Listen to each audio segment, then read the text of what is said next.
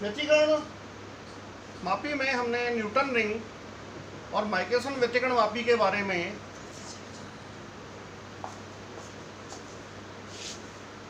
Discuss किया है। आज हम एक अच्छे उपकरण फेबरी पेरेट इंटरफेरोमीटर के बारे में बात करेंगे। ये बहुकिरण मापी है, बहुकिरण व्यतिकरण का फेबरी पेरेट इंटरफेरोमीटर।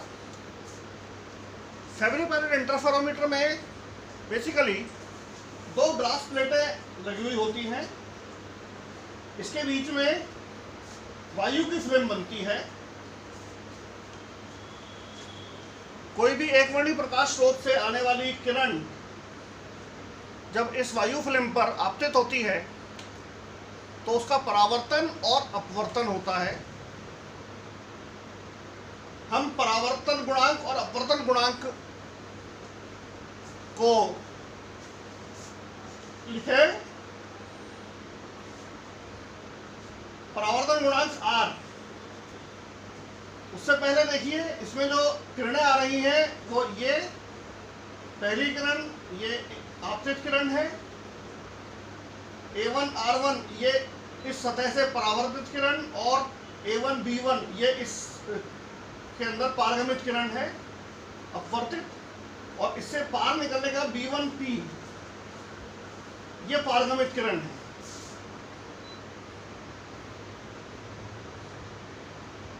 ठीक है। परावर्तन गुणांक हम इसके लिए लिख सकते हैं परावर्तित तीव्रता अपन आपतित तीव्रता, या परावर्तित आयाम और आपतित आयाम का वर्ग। तीव्रता वर्ग आयाम के वर्ग के समानुपाती होती है। तो परावर्तन गुणांक आप इस तरह से लिख सकते हैं R²।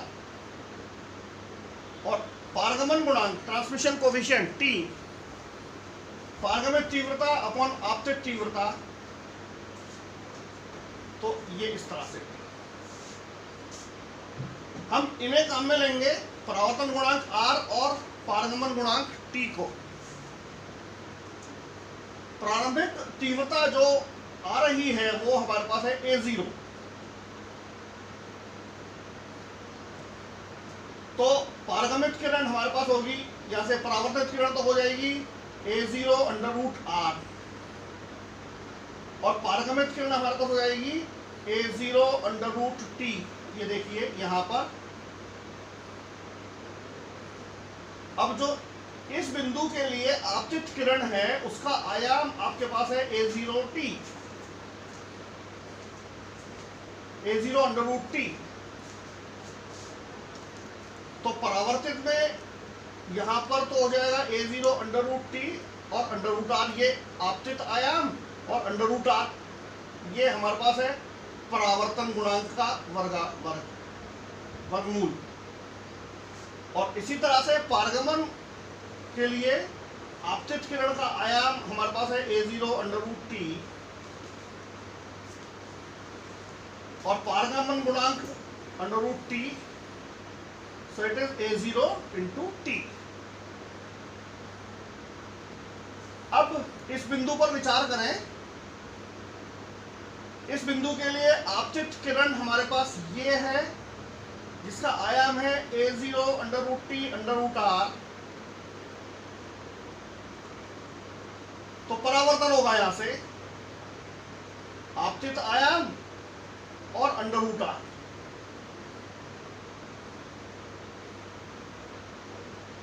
तो इस किरण के लिए A0√T × R ये आयाम हमारा हो जाएगा जो इस बिंदु के लिए आपतित आयाम है।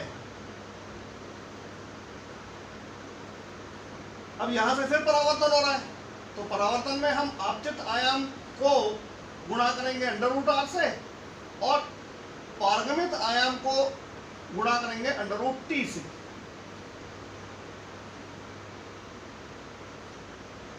तो यहां पर आपतित आयाम तो हो जाएगा A0√T × R, ये रहा। पारगमित में इसको √T से गुणा करेंगे तो पारगमित हो जाएगी A0TR, और परावर्तित में आपतित आयाम A0 under root T under root are,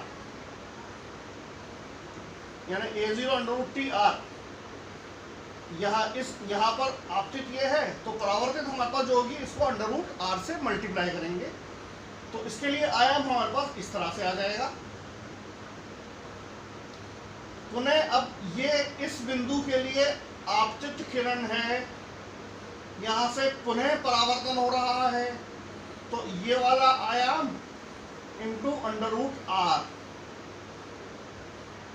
तो ये हो जाएगा A0 टी आर स्क्वायर। और जब ये किरण यहां से बाहर निकलेगी तो इस आयाम को अंडर रूट टी से और गुणा करेंगे, तो ये हो जाएगा A0 टी आर स्क्वायर। इस तरह से यहां से निकलने की जो ये किरणें, पैरेलल किरणें निकल रही हैं दूसरी प्लेट के बाद, वायु फिल्म के बाद, इनमें व्यतिकरण होगा और इनके व्यतिकरण को हम पर्दे पर देख सकते हैं, सूक्ष्मदर्शी के द्वारा देख सकते हैं। हम इसके लिए अध्यारोपण के सिद्धांत को काम में लेंगे। अध्यारोपण का सिद्धांत यह कहता है कि किसी एक बिंदु पर यदि एक से अधिक तरंगें आपस में मिलती हैं तो उस बिंदु पर परिणामी आयाम का मान उन तरंगों के आयामों के सदिश योग के बराबर होता है। और उसी से हम संपोषी और विनाशी व्यतिकरण परिभाषित करते हैं। जब आयाम अधिकतम प्राप्त होता है तो संपोषी व्यतिकरण तीव्रता अधिकतम, और जब आयाम न्यूनतम प्राप्त होता है तो तीव्रता न्यूनतम और विनाशी व्यतिकरण प्राप्त होता है।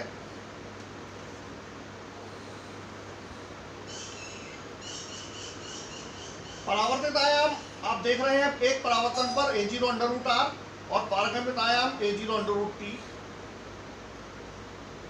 ये परावर्तित किरणें A1 R1 A2 R2 A3 R3, ये वाली, और ये पारगम्यत किरणें हैं B1 T1 B2 T2, ये वाली सारी। अब इस व्यतिकरण मापी में एक समस्या आती है कि अगर हम ये प्लेटें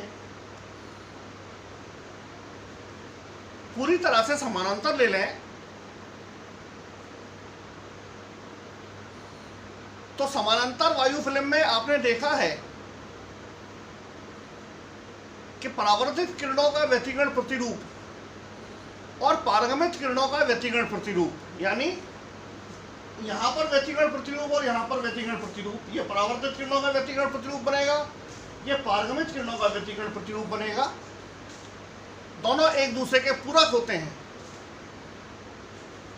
पारगमित किरणों के व्यतिकरण प्रतिरूप में जिस जगह पर संपोषी व्यतिकरण होता है, परावर्तित किरणों के व्यतिकरण प्रतिरूप में उसी जगह पर विनाशी व्यतिकरण होता है। तो जब हम इस यहाँ के व्यतिकरण यहाँ पर और यहाँ पर व्यतिकरण दोनों एक दूसरे के पूरक हैं, और जब हम उसे यहाँ से देखेंगे तो दोनों व्यतिकरण प्रतिरूप आपको एक दूसरे के ऊपर दिखाई देंगे। यानी पारगमित किरणों के लिए जो काली फ्रिंज है वहाँ पर परावर्तित किरणों की चमकीली फ्रिंज, और पारगमित किरणों के लिए जिस स्थान पर चमकीली फ्रिंज है, परावर्तित किरणों के लिए उस स्थान पर काली फ्रिंज आ जाएगी। मतलब यह होगा कि आपको व्यतिकरण प्रतिरूप दिखाई नहीं देगा, पूरी तरह से समान तीव्रता प्राप्त होगी। इससे बचने के लिए यह जरूरी है कि इस तरह की ज्योमेट्री में समांतर वायु फिल्म में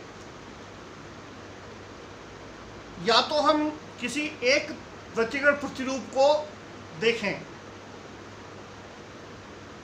जैसा कि प्रारंभिक समय हमने देखा था, पानी के ऊपर तेल की फ्रेम बनती है, उसमें कलर्स दिखते हैं, तो हम उसमें सिर्फ परावर्तित किरणों का व्यतिकरण प्रतिरूप देख पाते हैं। पारगमित किरणें तो क्योंकि रोड के अंदर चली जाती हैं, उसका व्यतिकरण प्रतिरूप हमें नहीं दिखता है। परंतु यहाँ पर हमें दोनों व्यतिकरण प्रतिरूप एक ही स्थान पर दिखेंगे, उससे बचने के लिए इन प्लेटों में अंदर की ओर थोड़ा सा झुकाव कर दिया जाता है। यानी जो आप ये देख रहे हैं यहाँ पर पैरेलल फिल्म, ये इस तरह से नहीं है, ये पैरेलल फिल्म थोड़ी सी टेढ़ी है। अंदर के दोनों हिस्से इंक्लाइंड होते हैं। फिल्म तो बिल्कुल समानांतर ही बनेगी। देखिए, एक तो समानांतर फिल्म ये है और एक समानांतर फिल्म ये है। इसमें आपको दोनों प्रतिरूप, जो यहाँ पर ये ज्योमेट्री दिख रही है, दोनों प्रतिरूप एक ही जगह पर दिखेंगे और व्यक्तिगत प्रतिरूप नहीं दिखेगा। लेकिन जब इस तरह से ज्योमेट्री होगी, यानी दोनों अंदर के किनारे थोड़े इंक्लाइंड होंगे, तो परावर्तित किरणों में और पारगमित किरणों में व्यक्तिगत प्रतिरूप अलग अलग स्थान पर बनता है और हमें अलग अलग दिखाई दे जाता है। तो फैबरी पैरेट इस ज्योमेट्री को, ये जो प्लेटों की ज्योमेट्री है, इंस्ट्रूमेंट में इसको फैबरी पैरेट इटैलन कहा जाता है। तो फैबरी पैरेट इटैलन की जो प्लेटें हैं वो अंदर की ओर से थोड़ी सी घिसी हुई होती हैं, ताकि दोनों व्यक्तिगण के प्रतिरूप अलग अलग स्थानों पर बने। और जब हम पारगमित किरणों का व्यक्तिगण प्रतिरूप देख रहे हैं तो हमें सिर्फ पारगमित किरणों का व्यक्तिगण प्रतिरूप ही बने। अगले व्याख्यान में हम इसकी गणितीय व्याख्या करेंगे कि पारगमित किरणों में अध्यारोपण के सिद्धांत के बाद किस तरह से संपोषी और विनाशी व्यक्तिगण होते हैं। Thank you.